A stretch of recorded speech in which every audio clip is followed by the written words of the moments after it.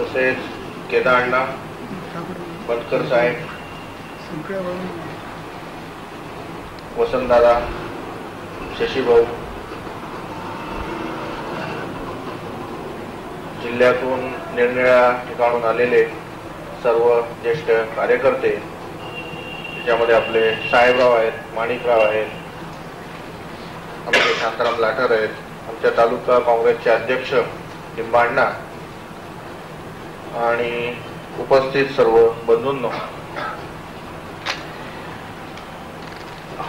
ही meeting जी खरं बोलवली याचं जे कारण होतं ते शांताराम लाटर यांनी आपल्याला सांगण्याचा प्रयत्न केला, पण मला असं वाटतं की त्यांनी ते योग्य शब्दामध्ये काही मांडलं नाही.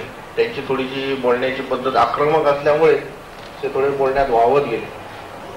पण शशीभाऊंनी मात्र जे काही माझ्या मनात होतं ते बोलून दाखवलं.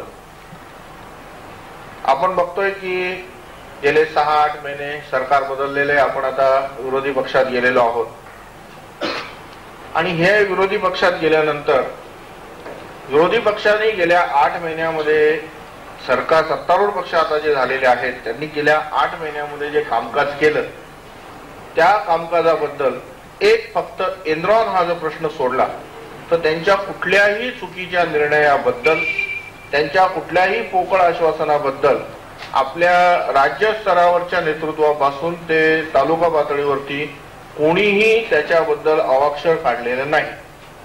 अगदी साधी गोष्ट घ्या की गेले 8 दिवसापूर्वी संपूर्ण महाराष्ट्रामध्ये जवळजवळ 10-12 तास लाईट गेले होते. काय प्रतिक्रिया आपण काँग्रेसवाल्यांनी व्यक्त केली? कोणी त्याचा निषेध केला, कोणी त्याचा काही खुलासा विचारला किंवा काय केलं? आणि हेच आठवा की ज्यावेळी आपलं सरकार असताना अशी काही परिस्थिती निर्माण झाली होती त्यावेळी या विरोधी पक्षांनी कुठल्या प्रकारे त्याच्या विरुद्ध काहूर उठवलं होतं की जसं आपल्या तिथं जे मंत्रालयात बसलेला मंत्री आहे तर लाईट गेले म्हणजे चालू करण्याची स्विच त्याच्याजवळच ठेवलेलं आहे, अशा पद्धतीने त्याच्यावरती टीका करण्यात आली होती. ते युतीचं सरकार इलेक्शनच्या आधी काय बोलत होतं की आमचं सरकार आल्यानंतर मुंबईमध्ये टोळी युद्ध होणार नाही. शरद पवारांचे दाऊदशी संबंध असल्यामुळे हे टोळी युद्ध वाढलेली आहेत आणि त्यांना काँग्रेस सरकारकडून प्रोटेक्शन मिळतं. आज आपण काय बघतो की मुंबई शहरामध्ये दिवसा एवढेच खून पडत आहेत जेवढे काँग्रेस सरकार असताना सुद्धा पडत होते. मग दाऊदला आम्ही 24 तासाच्या ताटात करू असे सगळ्या ह्या ज्या वल्गना केल्या गेल्या, या पद्धतीने जो विरोधी पक्षाचा कारभार चाललाय याच्याबद्दल आपण कोणीही कुठेही निषेध व्यक्त करायला तयार नाही आणि तोंड उघडायला तयार नाही. आणि ह्याचं महत्वाचं कारण मला तरी असं वाटतं की वाईटपणा घेण्याची आपल्या लोकांमध्ये मनोवृत्ती नाही, आपली जी तयारी नाही.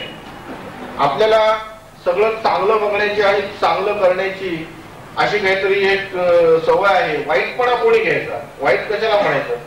उद्या आपलं काही चुकून काम पडलं आणि आपण तिथं गेलो, आपण जर असं काही बोललो असलो तर मग तिथं रिपोर्ट असल्यामुळे त्या मंत्र्यांनी आपल्याला उभं केलं नाही तर मग काय होईल? आपल्या संस्थेचं काय होईल? आपल्या सोसायटीचं काय होईल? या काहीतरी शंका कदाचित आपल्या मंडळींच्या डोक्यात असाव्या, असंही कदाचित असू शकेल. पण ह्या सगळ्या क्रमप्राप्त परिस्थितीमध्ये मी जो काही विचार केला की आज सरकार युतीचं आल्यानंतर जेवढे लोक मला भेटले असतील जिल्ह्यातून, मोठे मोठे सगळे नेते मंडळी, प्रत्येकाने पहिला प्रश्न मला विचारला असेल किंवा चर्चा केली असेल की युतीचं सरकार कधी पडणार आहे? हे 6 महिने टिकणार आहे का, 8 महिने टिकणार आहे का, वर्ष टिकणार आहे का, 5 वर्ष पूर्ण करतील? म्हणजे ते 5 वर्ष राज्य करतील याच्यावरती आमचा विश्वास नाहीये अशातला भाग नाहीये, पण ते 4-6 महिन्यात पडावेत अशी आमची अपेक्षा आहे किंवा अशी आमची इच्छा आहे आणि म्हणून आम्ही त्या पद्धतीने चर्चा करतो. आणि आम्हाला असं काहीतरी वाटतं की आमच्या नेत्यांमध्ये एवढी ताकद आहे की ते 4-6 महिन्यात ते सहज सरकार पाडतील आणि मग आपलं सरकार परत येईल आणि सगळं ऑलवेल होईल. ह्या सगळ्या गोष्टींमध्ये किंवा या स्वप्नांमध्ये आपण वावरतो आहोत आणि मग आपला पक्ष कुठे चाललेला आहे, आपण कुठे चाललेलो त्याच्याकडे बघायला आपण कुणी तयार नाही. आज आपण पाहिलं तर वरचे मंडळी काय करतायत, आज आपले एक नेते की अपक्ष अपक्षांच्या वेगळ्या गट करून त्यांची एक मिटिंग घेऊन युती सरकारला पाठिंबा देण्याकरता त्यांना प्रवृत्त करतात आणि ते आपल्या पक्षाचे एक नेते आहेत त्यांचं नाव घेतलं जातं की त्यांना महाराष्ट्र प्रदेश काँग्रेसचा अध्यक्ष केलं पाहिजे, त्याच्याकरता कोणी त्यांचं नाव सुचवतं. कोणी नेते आहेत ते म्हणतात शरद पवारांमुळे नुकसान झालं आणि त्यांच्यामुळे काँग्रेस सरकार पडून गेलं, अन्यथा असं काही झालं नव्हतं. तिसरे नेते आणखीनच काही वेगळे तारे तोडतायत. चौथे नेते प्रदेश अध्यक्षाकरता अशा माणसाचं नाव सुचवत आहेत की ज्याला नाशिक जिल्ह्यातले सुद्धा सगळे काँग्रेस कार्यकर्ते ओळखतात की नाही, की ओळखतील की नाही याच्याबद्दल माझ्या मनात शंका आहे. तर अशा पद्धतीने आपण जर राजकारण करतो आहोत याचाच अर्थ आपण सगळे मिळून पक्ष संपवायच्या मागे लागलेलो. आणि हा जर पक्ष संपणार असेल तर आपल्या नेते मंडळीचं खरोखरच काही बिघडणार आहे का याचा आपण विचार केला पाहिजे. समजा आपण असं घटकाभर जरी गृहीत धरलं की आपले सगळे जे मोठे नेते आहेत आज हे त्यांच्या कामामुळे, त्यांच्या प्रतिमेमुळे, त्यांच्या मागे असलेल्या आर्थिक ताकदीमुळे त्यांचं कुठल्याही सवयीत काहीही वाकडं होऊ शकणार नाही.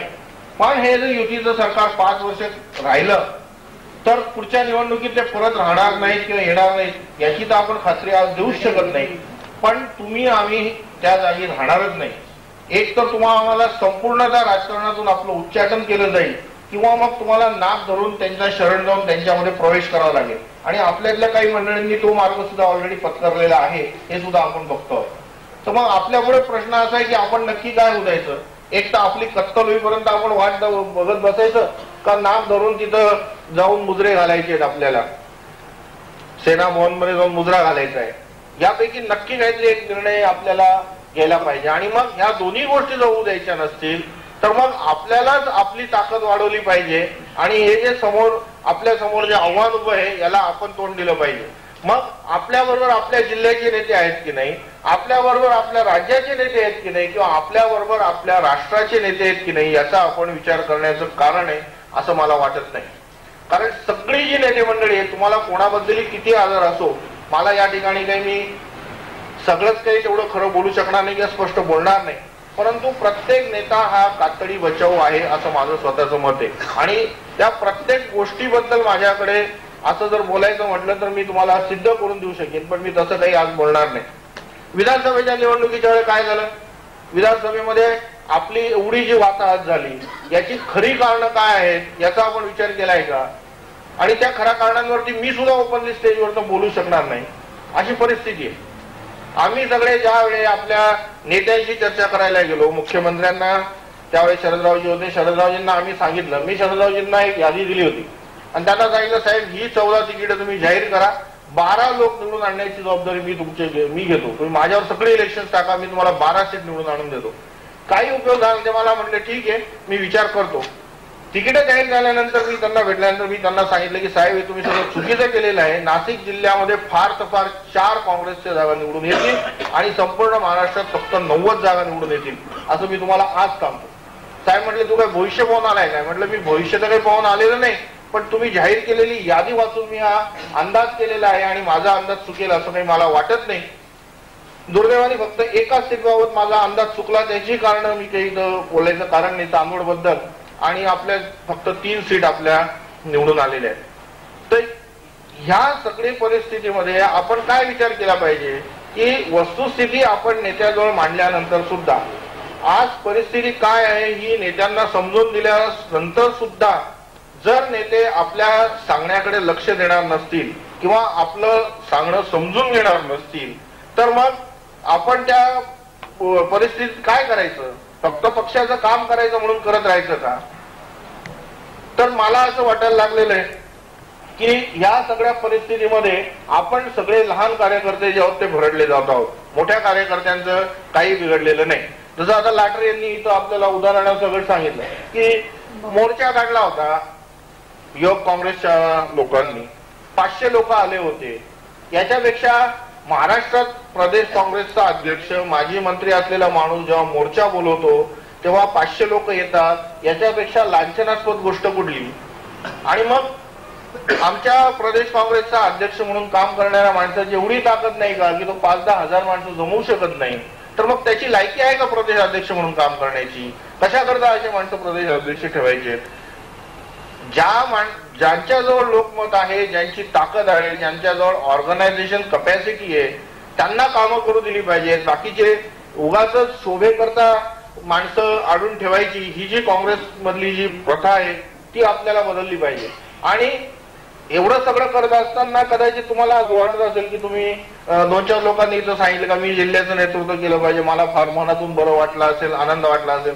अजिबात नाही. मला या जिल्ह्याचं नेतृत्व किंवा जिल्हा काँग्रेसचं नेतृत्व करण्यात त्यातल्या त्यात अजिबात स्वारस्य नाही, कारण हे विकतचं श्राद्ध आहे. आज नाही, हसण्यासारखी गोष्ट नाहीये. आज जिल्हा काँग्रेस कमिटी चालवताना जिल्हा परिषदचं आर्थिक पाठबळ आहे म्हणून गोपाळराव गुडवे त्या जिल्हा काँग्रेसची टेलिफोनची बिलं भरतात किंवा आणखीन काही करू शकत असतील. तुमच्या माझ्यासारखा माणूस तिथं गेल्यानंतर त्यांनी हे आर्थिक पाठबळ कुठून आणायचं हा प्रश्न निर्माण होणार आहे. हे लक्षात घ्या. एवढं काही सोपं नाहीये. या सगळ्या गोष्टी करणं एवढं काही सोपं नाही. पैशाचं सोम माणसाला आणता येत नाही. पण आपल्याला एक तर निश्चित करता येईल की संपूर्ण जिल्ह्यामध्ये कार्यकर्त्यांची एक आपल्याला स्ट्रॉंग फळी अशी उभी करता येईल की जे कार्यकर्ते फक्त पक्ष जाणतात. आपल्या पक्षामध्ये दुर्दैवाने असं आहे की पक्षाचा उमेदवार कोणी वेगळा असतो आणि पक्ष नेत्यांकडनं आदेश येतो की याला पाडून टाका, मला हा माणूस चालणार नाही, असं सुद्धा घडतं. आणि हे तुम्हालाही माहिती आहे, मलाही माहिती आहे.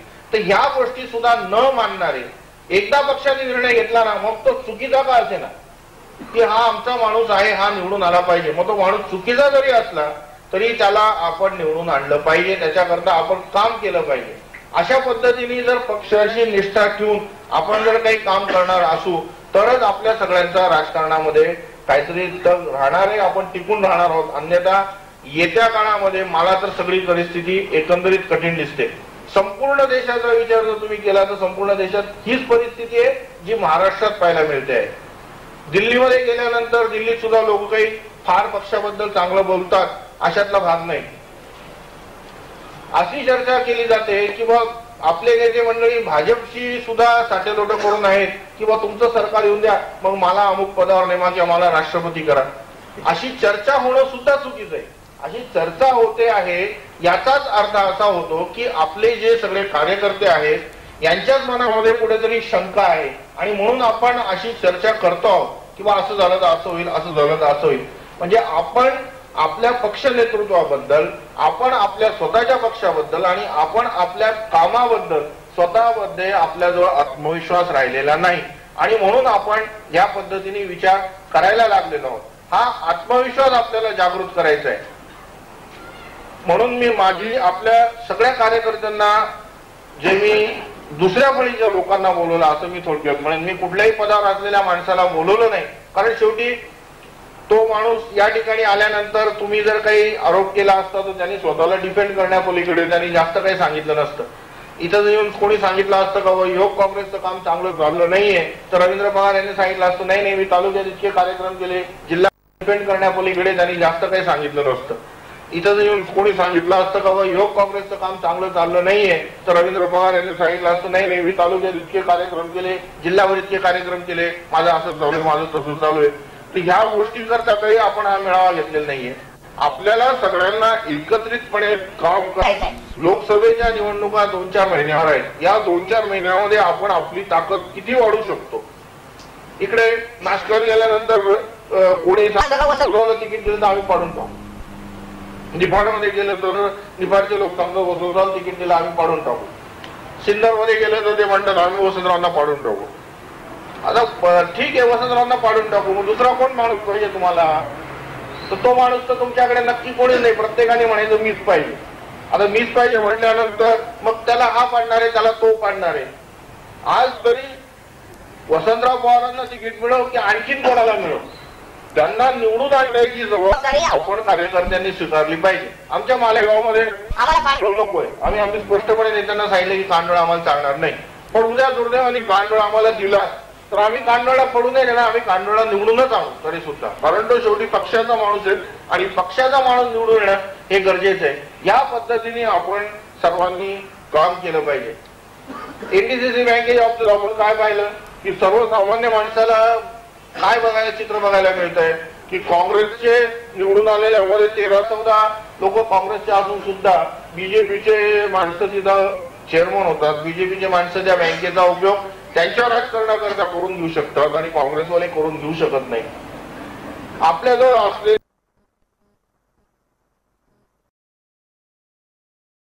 प्रकारे पक्ष कार्याकरता करून घेतलेला आहे असं मला वाटतं.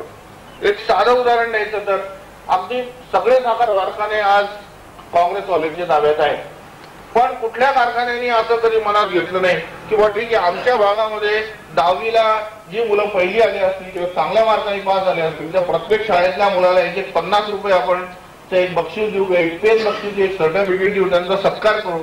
हा विचार काही कधी आपल्या मनाला सुचला नाही. पण हा कार्यक्रम न चुकता अखिल भारतीय विद्यार्थी परिषदेमार्फत किंवा अशा संघटनांमार्फत राबवला जातो आणि त्याचा किती परिणाम होतो हे या सगळ्या तरुणांमध्ये काम केल्यानंतर लक्षात येतं. आज मी जेव्हा तालुक्यात काम करायला सुरुवात केली, मी गेल्या सर्व निवडणुकांची आकडेवारी जमा केली, सगळ्यांचे ग्राफ्स काढले. माझ्या असं लक्षात आलं की नाशिक जिल्ह्यात जेवढे काँग्रेसचे उमेदवार म्हणून निवडून आलेले आहेत किंवा जो कोणी निवडून आलेले आहेत आमदार म्हणून, त्या माणसाला पहिल्या निवडणुकीत जेवढी मतं मिळाली होती तेवढीच दुसऱ्या निवडणुकीत मिळालेली आहे, तेवढीच तिसऱ्या निवडणुकीत मिळालेली. मग तो इन्स्पाइट ऑफ दॅट तो निवडून आलेला आहे किंवा पडलेला आहे, पण त्याच्या मतामध्ये वाढ झालेली नाही.